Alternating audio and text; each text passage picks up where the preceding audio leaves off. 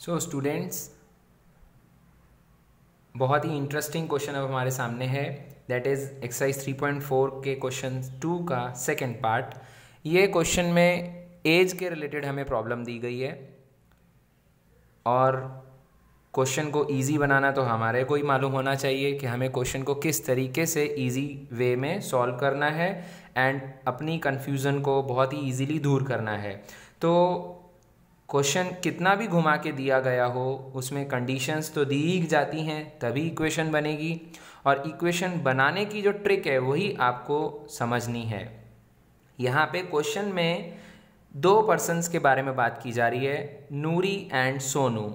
दो कंडीशन भी दी गई हैं, 5 years ago, 10 years later, और हमसे पूछा जा रहा है कि अभी उनकी एज क्या है। How old are Noori and Sonu, अभी की उनकी एज क्या है।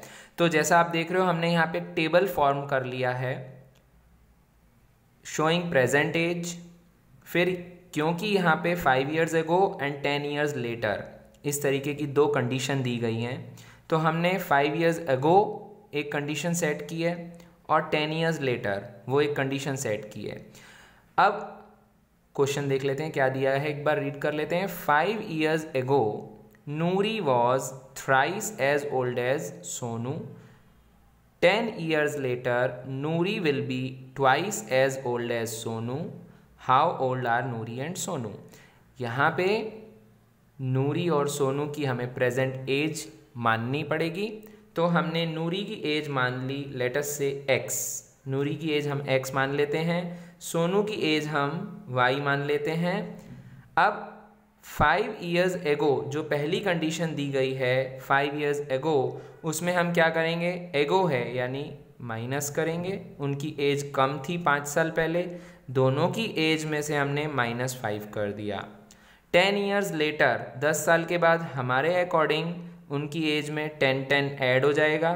उनकी प्रेजेंट एज x है, नूरी की प्रेजेंट एज x है, तो आफ्टर 10 years x + 10। सोनू की एज y है प्रेजेंटली, तो 10 साल के बाद y + 10। हमने ये एजेस अपने सामने रख ली। अब जो कंडीशन जैसे दी है उसके अकॉर्डिंग हम बहुत ही इजीली इक्वेशन फ्रेम कर सकते हैं। जैसा हमें पहली कंडीशन में क्या कहा गया है, 5 years ago की बात चल रही है, मतलब हमें इस फॉर्म पे ध्यान देना है। Noori was thrice, Noori was यानी इक्वल टू थ्राइस यानी 3 times as old as Sonu. Noori की एज 3 times थी सोनू की एज से, तो नूरी की एज क्या है 5 years ago वाली कंडीशन में x - 5, वो हमने यहाँ लिख लिया। That is equal to 3 times Sonu की एज। सोनू की एज है y - 5। आपने इसको सॉर्ट आउट किया, x - 5 = 3y -5 3 = 15। Okay, now x - 3y, 3y को आप इधर ले आओ, x - 3y = 5 को इधर ले जाओ, पॉजिटिव में हो जाएगा नेगेटिव से -15। Now x - 3y = -10। This is your first equation. Okay, अब आगे बढ़ते हैं सेकेंड कंडीशन की तरफ। 10 years later यानी हमें इस टेबल पे इस फॉर्मेट में बात करनी है। 10 years later यानी ये एजेस की बात करनी है। नूरी विल बी, 10 years के बाद नूरी विल बी यानी नूरी की age = twice as old as Sonu यानी 2 times as old as Sonu. तो नूरी की एज है x + 10 and that is equal to 2 times age of Sonu.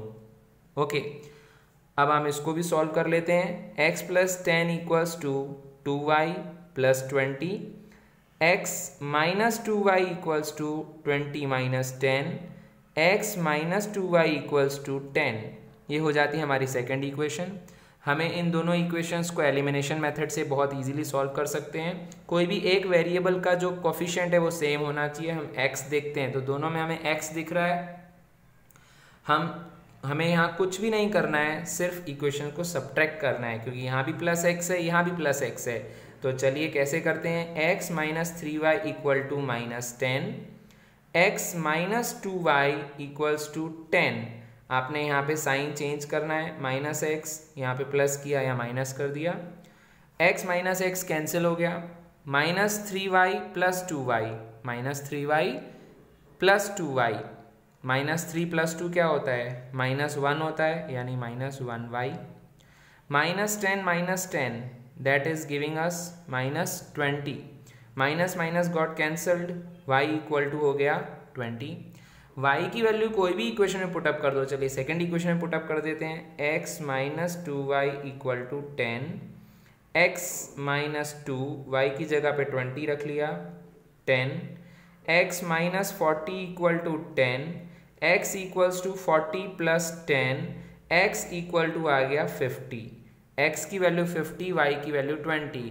This means कि जो नूरी है हम एज में लिखें तो नूरीज एज x के हिसाब से 50 ईयर्स एंड सोनू की एज जो हमने y मानी थी, सोनू की एज है 20, y = 20, सो सोनू की एज आ गई 20 ईयर्स।